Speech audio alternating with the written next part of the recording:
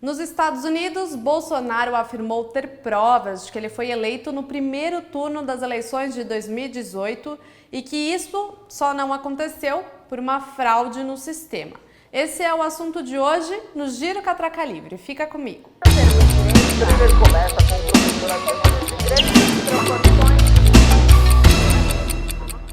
O presidente Jair Bolsonaro chegou no sábado aos Estados Unidos para cumprir uma agenda diplomática. Ele aproveitou o momento para tocar em assuntos polêmicos que despertaram a atenção da imprensa e da internet. Em um encontro com a comunidade brasileira em Miami, com cerca de 300 pessoas, Bolsonaro disse ter provas de que houve fraude nas eleições gerais de 2018 e de que ele venceu o pleito no primeiro turno. No entanto, até o momento, o presidente não apresentou nenhum documento que comprove essa acusação. E ao ser questionado pela imprensa sobre quais seriam essas provas, ele preferiu não responder. Dá uma olhada no discurso dele.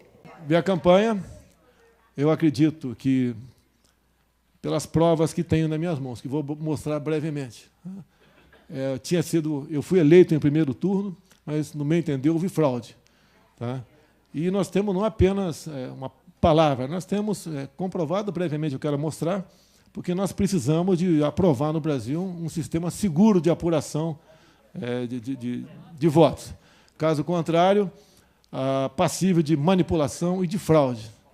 Então, eu acredito até que elegi, porque eu tive muito mais votos, né, no segundo turno do que se poderia esperar. E ficaria bastante complicado uma fraude naquele momento. E não é a primeira vez que Jair Bolsonaro ataca a credibilidade das urnas eletrônicas. Enquanto ele ainda era candidato, já levantava a hipótese do sistema ser suscetível a problemas. Após o primeiro turno das eleições de 2018, chegou a dizer que poderia perder o pleito por fraude. Mesmo assim, conseguiu 46,3% dos votos válidos no primeiro turno e 55,13% no segundo.